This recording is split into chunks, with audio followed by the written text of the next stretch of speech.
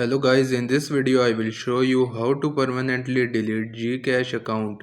First of all, open the GCash application. On the home screen you will see the profile icon at the bottom right corner.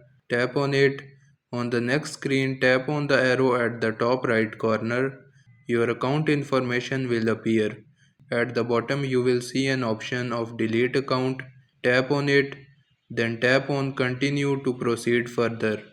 On the next screen, you have to confirm that you want to delete your account. So tap on delete account and make sure you don't leave anything behind in your account so that you don't face any hard time managing it later.